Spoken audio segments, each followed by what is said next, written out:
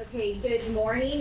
We're gonna go ahead and call this meeting to order. It is 11:36. Thank you so much for joining us at the Laredo Webb County Drug and Alcohol Commission here on Wednesday, August 13th. We're gonna go ahead and do roll call, starting with myself. Colleen Rodriguez, present. Graco Mayor present. Marina Medina, present. Raul Medina present. Fidel Ortiz, present. Armando Duarte. Present. Emmanuel present. Tomás Lares present. Mary Martinez, present. Alexandra Reyes, present. Esmeralda Rendon, present. Javier Palma present. Luis Selva present. Eric Lopez, Laredo Public Health. Diana Morales, Laredo Public Health. Eliezer Umbradas, Laredo Public Health. Jaime Pérez Torres. Ricardo Gonzalez, Laredo Police Department. Andres Velasco, Congressman, Henry Porter's office, President. Jessica Contreras, detoxification, what's recovered? Arabi Senano, Rico Present. Yes. Nancy Garcia, Laredo present.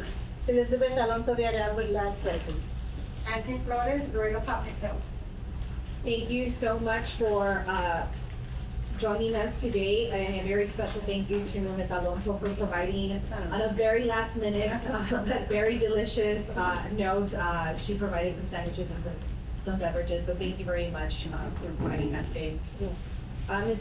Well, before we get into the public comments, can I have a volunteer for an invocation? Anyone? Go ahead. Thank you. Padre, en esta hora, Señor, ponemos esta reunión en tus manos.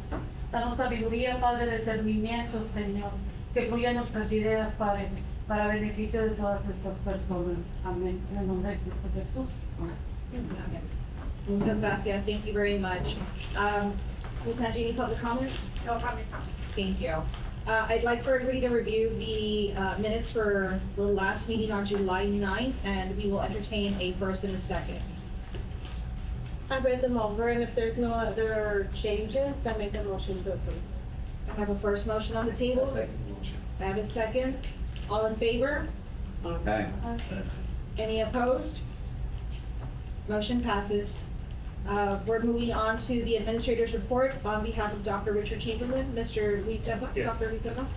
Well, this is the new numbers. We're going to start with the vending machines, narco for instance.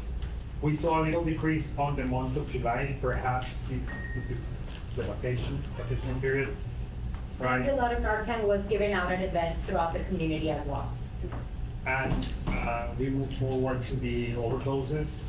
We still have the same difficult area code 78040 with the highest number 7, 78043, 140.2. This is the most important data is the overdose related deaths. We have seen a decrease in the entire year. We're good, we're trending downwards. But in July, we unfortunately have 2. That's the latest number. It is lower than last year, but by one. So I think we need to continue the work we're doing and hopefully see more months like April and May. And that is everything we have. Are there any questions for Dr. Serra? Is that available for distribution for access? We can go ahead and send it to Ms. Angie so she can share it. Okay, thank I you. also want to add that if you access the TWA website, the overdose data, you're going to find the GIS map. Okay. The GIS map, all of the deaths from 2023 to today are there updated, and we update it every month. You'll be able to see in that website deaths, Narcan, and emergency call. The same numbers that we're showing. Yes. Thank you very much. Any other questions? Well, thank you. We're gonna go ahead and move on to discussion and possible action on some items that we've already brought up, but we're gonna go ahead and discuss and move forward with it. Nancy's not here, but I know that she had already confirmed the purchase, correct? Yeah. All that was pending was the official logo. We did vote for the official logo, correct? Yeah, Okay, yes. So did she already get that, Nancy?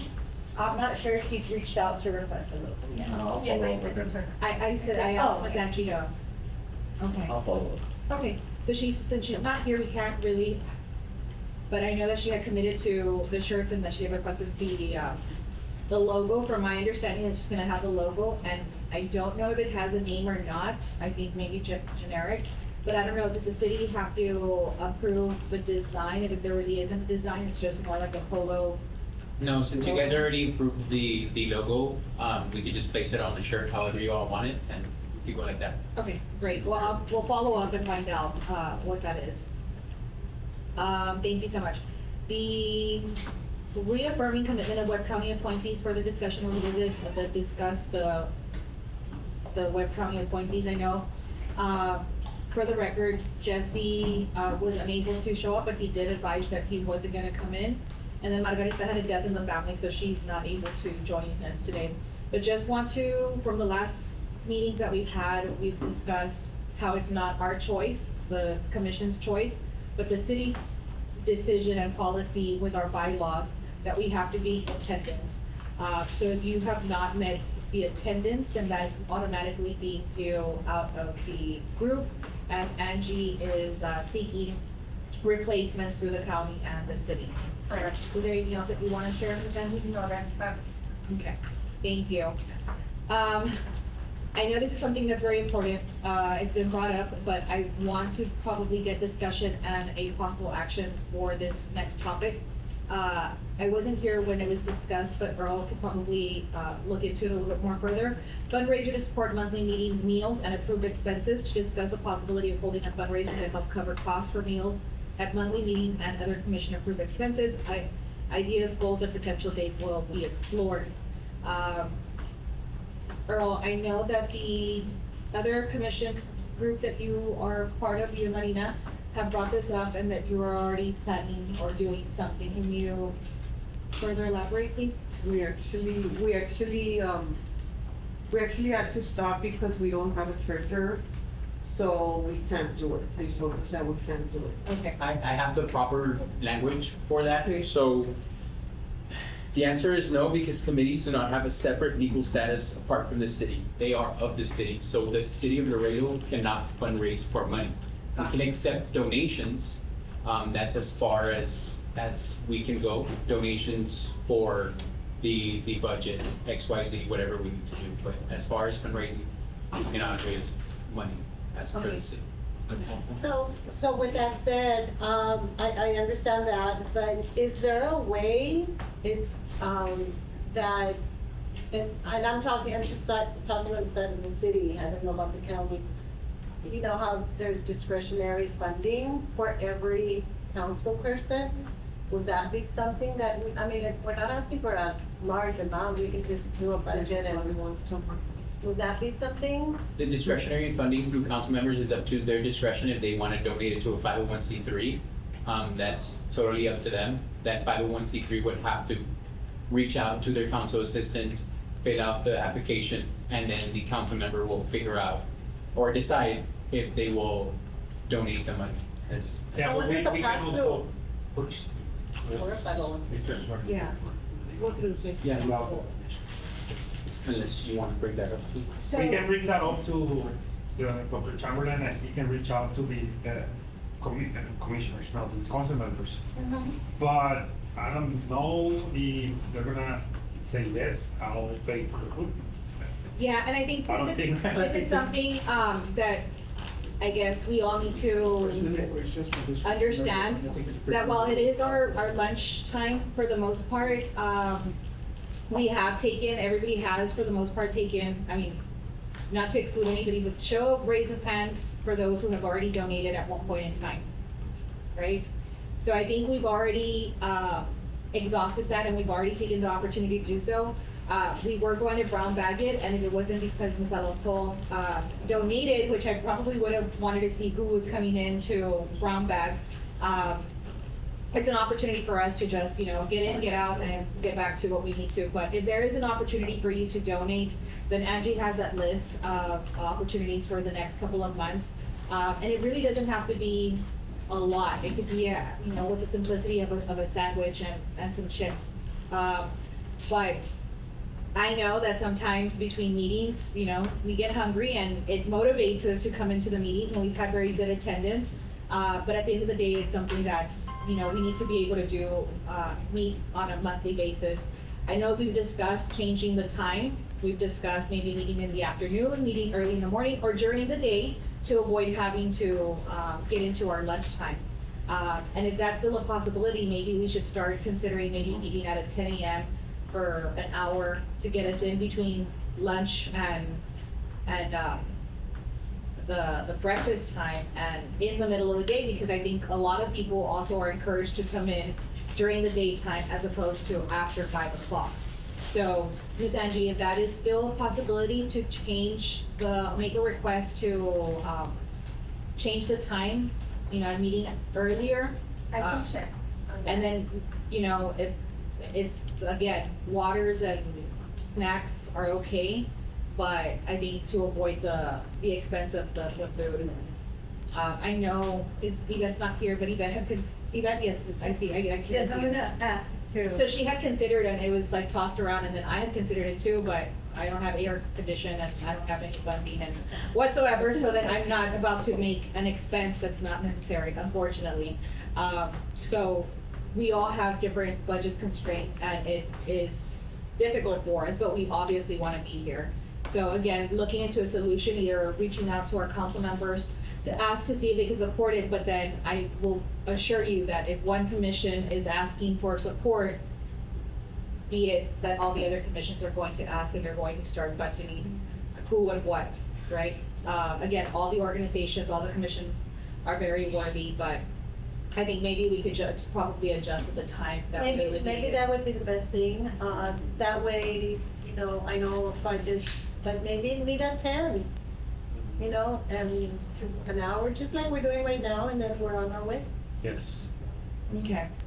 Well, Nancy had already considered doing a poll to kind of see if our stakeholders can attend or our commission members. But just right now, with the show of hands, if we were to change it to a Wednesday at 10 a.m., same day, different time, can I get to see who is available to attend it at 10 a.m. that does not have any other date or meeting conflicting?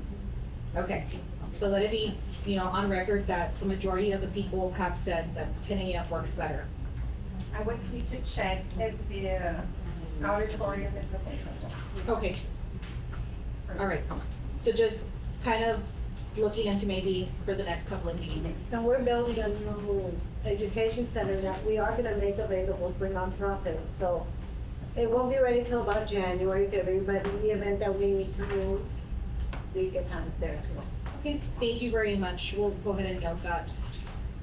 Right now, we're gonna go ahead and move on to our partner agency update and presentation. We have Marina Medina, who you are very familiar with, who is going to present to us on a very important project that she started off from a personal experience and what this month means to her. Good afternoon. Again, my name is Marina Medina, and as you all know, I'm the founder of Mike's Purpose, a local nonprofit dedicated to overdose awareness, prevention, and support for families impacted by substance use. While many of you already know me from attending our monthly meetings, I wanted to take a moment to formally introduce myself, to formally introduce myself and my role. Mike's Purpose was founded in 2016 when my son passed away from a drug overdose. Since then, our mission has been to turn pain into purpose, and also to provide education to the students when we get to October, which is Red Ribbon Week. I'm sorry. We provide Narcan training. We did the 5K, which was a great success, and thank you for everybody. This is my son, Mikey. He was born in 1993. And this is actually the presentation that I gave in high school. Can you go to the next one? And I tell everybody he was a normal kid. He loved video games. He loved social media. He was a prankster. He played basketball, football, and I believe he started smoking and doing drugs while he was in high school. Here he is. He tried the cinnamon challenge, but he was in sports and my son, my son was a really nice person. I still, at this time when when I go to the gas stations and I talk to the people that are there asking for money, I tell him like, why are you doing this? Why are you using drugs? And I tell him, look, this is my son. He died from an overdose, and I've come to meet people that show me that they remember him. When before he was into drugs and stuff, he used to work with me at an oil field company. And I was the manager of the oil field company, and I had a stamp with my boss's signature, and I had checks at home. So in his addiction, my son, he sold checks from the company. He got the stamp and he wrote $27,000 worth of checks. You can go forward, you can see the checks there. Those are the checks that he made out. I don't know how they still cash them. We used to do them with a computer, and those they cashed. And when I see the people at the station, they're like, oh, tu hijo es el de los cheques, they tell me. And they remember him, and then he's like, siempre nos traía de comer. So my son was good, you know, like, he had a good heart. We did try rehab. He went to Narconon in Michigan. At that time, I didn't know about the services that we have in our community now, and I have to figure something out to send him somewhere where he wouldn't come out because he was already 18. So my son, he did go to Michigan. That's where the rehab was, and he had never been on an airplane. We had dreams of going on vacation on a plane, and his actual first plane trip was to rehab. He was there for 8 months. He did come out, and as soon as he came out, he was fine for a few weeks, but then my son relapsed. That's my son before and after. When he was in rehab, you can see the difference. He was really doing really good. And the next slide, it's hard for me still, but it's what we were faced with. My son, after he came back, he relapsed. And this is his second overdose that he had. It was on February 15 of 2015. And after that, I told him if he wanted to go back, and he said that no, that he could do it. He said he wanted to go to college. I put him through college. He didn't finish because of his addiction.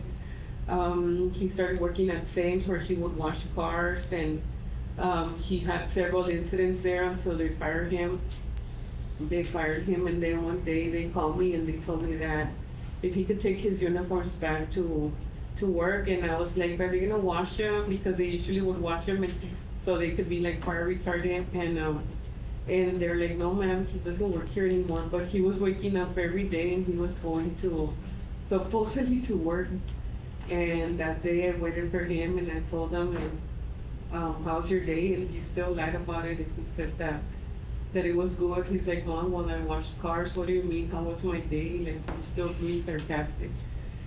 And I told him that I knew that he wasn't working. What was he doing? And he did tell me that he was out in the streets just driving around and stuff. This picture, actually, I show it to the students. I go to the middle schools and the high schools, and the students, I get really good feedback from them. They're like, you know what, ma'am, I don't want my mom to go through what you did. I'm gonna stop doing drugs. So that helps me, you know. This is, go back, you can see how he was on and off in his addiction. He would gain weight, lose weight, and just, I would kind of know when he was doing more drugs, you know, and when he was not. He did steal a lot of stuff from the house. Once after he had already passed, I did get like, I got a pawn shop ticket, and he had, pawn 20 DVD, like this, and he got $5 for it. So, I don't know what he was thinking, right? But in November, as hard as it was, I had to let him go because he was, I had my other kids and I was pregnant, and they would see how he was always like sitting in the porch, just hiding, you know, like he would fall asleep. And as hard as it was, I had to send him off to his dad's. He was there for a while, but again, he started doing the same thing, stealing from them, so they threw him out. The last I knew, he was living in a car with a girlfriend. He did call me. We did talk again because he was mad at me. He got mad at me because he deleted me from Facebook and everything. And he called me back, and it was Valentine's Day of February 14 February 14, he called me. And he told me, Mom, I'm tired of my life. I want to change. I want to do something else. Can you help me tomorrow? I'll go over to your house, and if you can help me do a resume. And I said, yes, well, that's fine. We'll see you tomorrow. And he's like, I'm not going to go today because today I want to go to the carnival and I want to be with my friends, but I'll see you tomorrow. But that day never came. The following day, they did call me. February 15 of 2016, 1 year exactly after his second overdose. They called me that they found him in the house on by 59. They found him in the morning when the people there, they woke up and he wasn't breathing anymore. They called the police, and I didn't get to see him anymore. And after that, I was like, what do I do, right? Like when he died, I did cremate him. That's his funeral. With the money that he stole, he bought a lot of stuff at TDK, and with everything that he bought, there was a pair of leather pants. And I told the kids at school, like, what do you want, leather pants in Laredo, right? It's freaking hot. And I don't know why he bought those pair of leather pants, but that's what I used for his funeral. I got a nice sweater with leather to match the pants, and that's what he wore. Like I said, I did cremate them, and I had it with me, and when I used to go do the presentations, I would take them with me, and the students would actually, like, they would get the urn and they would pass it around, and I would tell them, like, I don't think you want your mom carrying you in a 10-pound urn, right? So I did, he's now in the in the cemetery, I'm sorry, he's now in the cemetery. And I take a 10-pound kettlebell so the students can pass it around, and we still kind of like, oh wow, like they can't imagine, you know, having under that weight that being them. So after that, I was like, what can I do?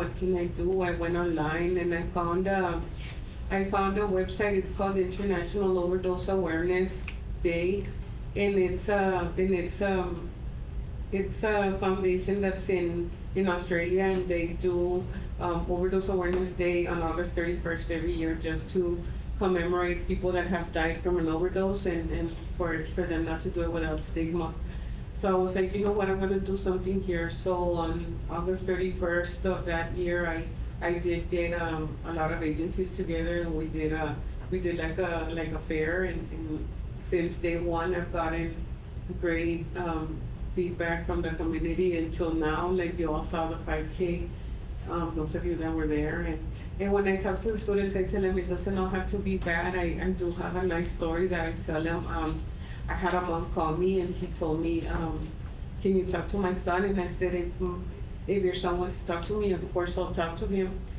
And the kid called me, and he told me that he was 18 years old, and he was 21, and he told me that he did not know how to drive. And he told me that he did drugs so he could escape because he was being made fun of. And I told him that I would make him a deal. And I said, if you stay off drugs and your mom takes you to get tested and you're good, I'll pay for your driver's seat. So guess what? He stayed clean.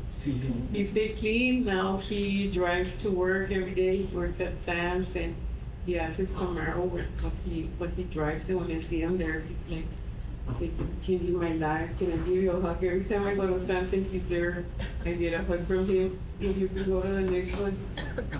That's the events that we did, the very first one. That's a 5K, our very first one. I've gotten, recognition, I didn't ask for it, but I'm grateful for it.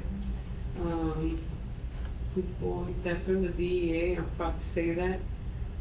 The proclamations, of course, we're 501c3. And I say, let's stop the stigma. I don't know if you can go further, I think that, well, that's my son. And these are just pictures of people that people have sent me, that they also died from a drug overdose. All of those things. That's Dustin Howell from Church of the Crossroads. Manny Carvajal from San Antonio. Lupe Garza from here from Laredo. Andy De Leon. Claudia Zuniga. Isaac Castillo, he actually died from mixing a monster drink with drugs. We don't know what it was, but he died from that. There's Cabrales, here from Laredo. Anthony Farias, that's Miss LeFlou's son, you all know him. Oscar Cantero, his sister's, Nelsie Cassie, I believe in Lamar. Tommy Hampton, Arkansas. Michael Tinkle from Dallas. Ryan Taylor, this one, the dad told me, please share his picture and info, hopefully it can help others.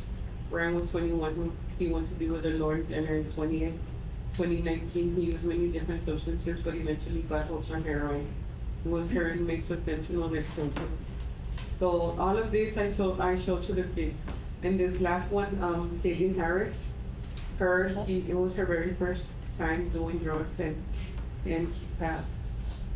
So I tell them, like, it's true what this DEA says, one pill can kill it, it's true. The next one you see the fentanyl, we already know. Keep going, and that's when I tell them it doesn't have to be the sad story, and that's Armando. That's the one that got his license, and he's now a coach, and he's doing super well. So. And there's Tommy, of course, so there's proof that people change. Tommy, his story is awesome. Like, I mean, yes, it was bad at first, but look at him now. Him and Missy are doing great, and he's still working. Maddie Mims, she's the one that pops in a few of the events, but now she works as a funeral director. So I told the kids, there's ways to change, you can do it. Look at her now. So that's it. I'm not just here at the deck to come. I'm here to stay informed, but also to contribute to the community and share my resources. And I'm looking forward to continue working with each and every one of you. Thank you.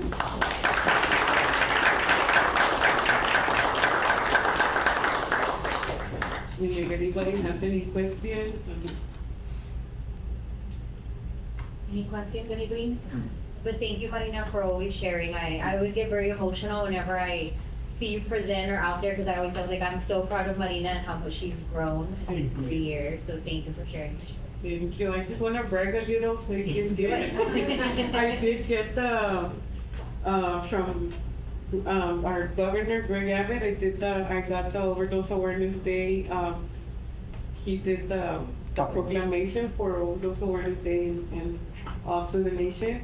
And then I have this from Henry Cuellar. I got the congressional certificate of recognition. I'm proud of that. Thank you, sir. Thank you.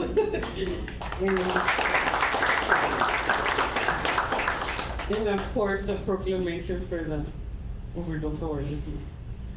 So thank you everybody for everything you do and for keeping me in mind and still helping me out.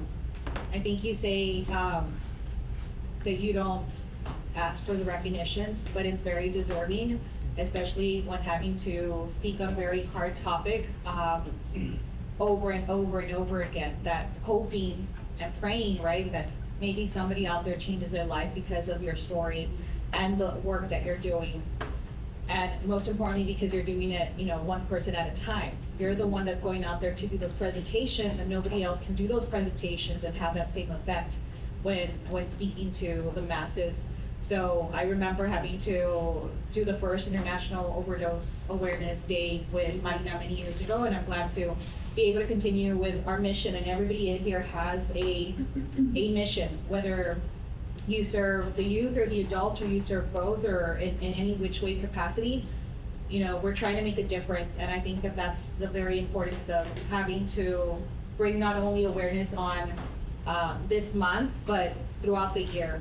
And so we thank you all for your efforts. We thank Marina for doing what she's doing, and I think it's a proclamation. And then today, you know, finding, what is it, pain? From your pain, you find purpose, and there's a mission behind what she's doing. And hopefully, you know, everybody else joins in and makes a difference. So again, thank you so much for presenting and for all the hard work that you're doing. I did leave a dum-dum and a Smartie in there, and this is why, because I go to the schools and I tell the kids, don't be a dum-dum, be a smart. So they already know me. Oh, yeah, and I let you all a pin also for you for all on. Thank you very much. I want to share, Marina, I hope you don't mind, but growing up, I grew up with Mikey. I actually lived in the same apartment complex that Marina lived in. And so hearing his memory be alive and still here with us, right? Because he's not physically here, he's still in our apartment. So I just want to thank everyone for being supportive when it comes to Marina personally. So we are hosting a overdose vigil. Stan is hosting that with the Laredo Public Health, and so I want to not just keep Mikey's memory alive, but keep everyone who has passed an overdose alive, right? And keep their memory, and not necessarily celebrate that they're gone, but celebrate that they're still here with us in our hearts. So I just want to point that out and invite you all. So Thank you. And we do, we're also gonna do the boat-a-thon. Yeah. It's gonna be on August 31st, actually, on International Overdose Awareness Day.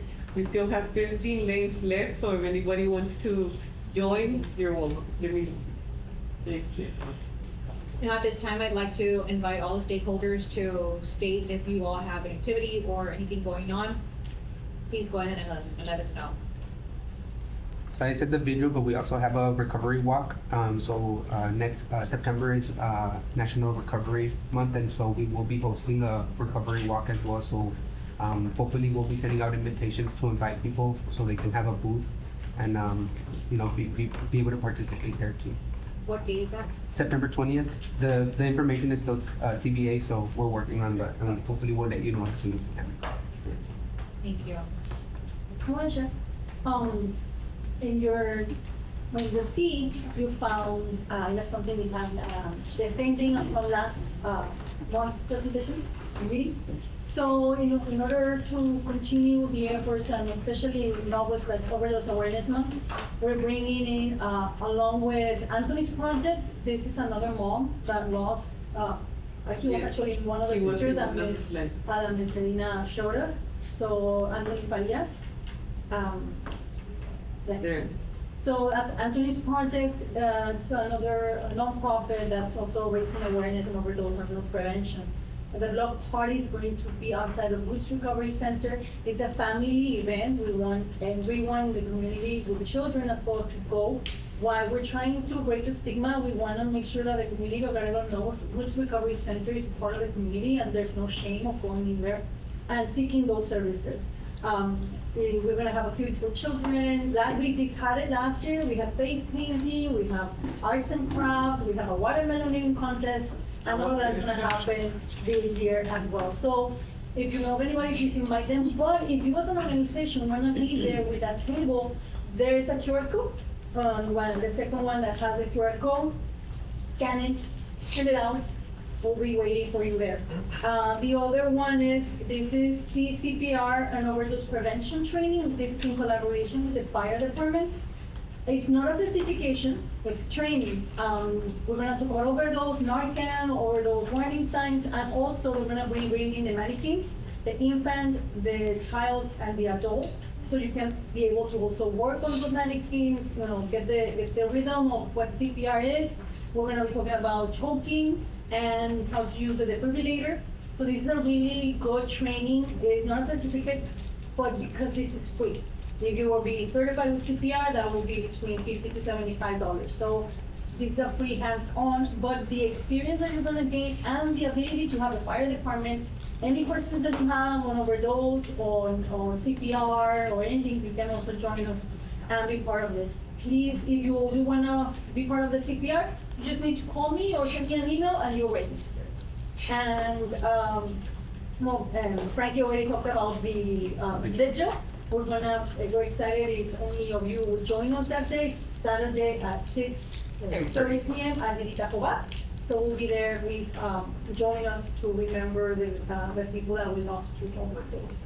And the last thing that we're gonna do, the Laredo Public Department is bringing, wound care packages, harm reduction and wound care packages. I just talked to Bethany that we are gonna be walking through San Bernardo, as we saw in the map. San Bernardo is our hotspot. San Bernardo is where we have the most overdose deaths and overdose calls and Narcan and often administrations. So the Laredo department was able to provide 50 wound care packages with Narcan inside. So it's a wound care package for those people that use drugs intravenously. So we're talking about your heroin.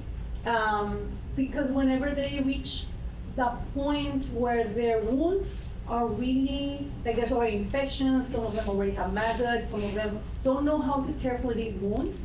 We're gonna be out there providing this to them. It has alcohol, antiseptic gel, it has some bandages, it's gonna have the Narcan. So we're gonna be walking around that street towards the end of the month, providing this wound care as another event or campaign on overdose awareness.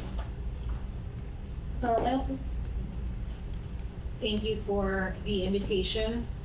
Lots of information, some of it is on here, and whatever we didn't get, Ms. Angie will go ahead and send us the flyer so that we can make sure we save the date and that we go out and support. And then I know, with Recovery Month being next month, we also have, suicide awareness. Erica, would you like to share? We will be having several events for Suicide Prevention Month. The most recent that will actually start in August will be a collaboration between Laredo Public Health and Laredo Public Library. We are starting, it is a book club called Chapters of Care.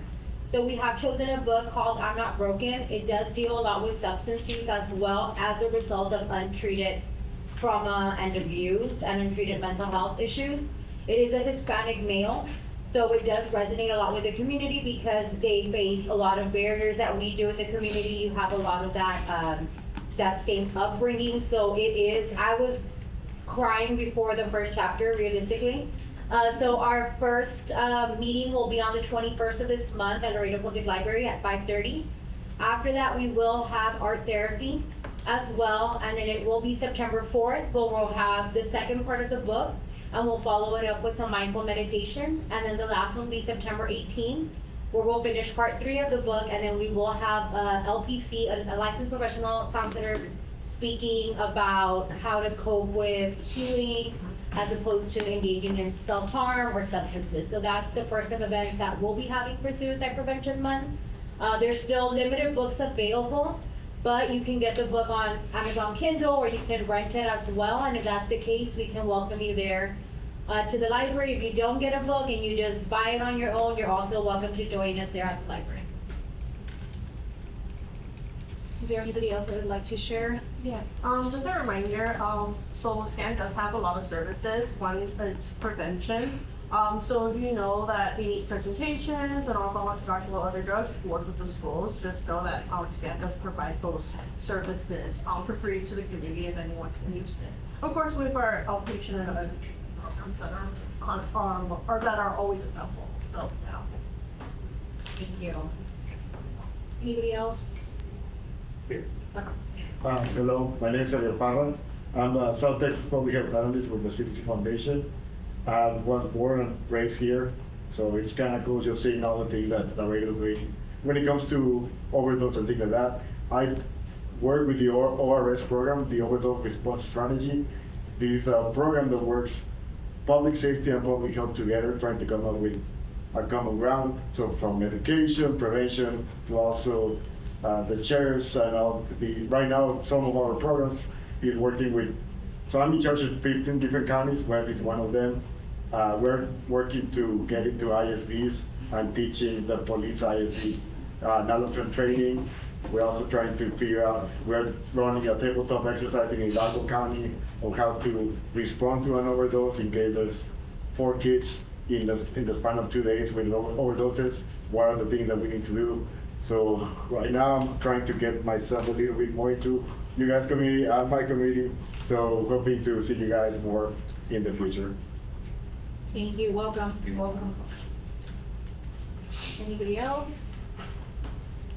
If there aren't any other comments, we will go ahead and do the adjournment of our meeting. It is 12:17, our next meeting will be September 10th, determining the time at a later, close date hopefully. But September 10th is going to be our next meeting, so if I could please have a first and a second. All in favor to adjourn the meeting at 12:17? Any opposed? Motion passes. We're gonna grab a quick picture.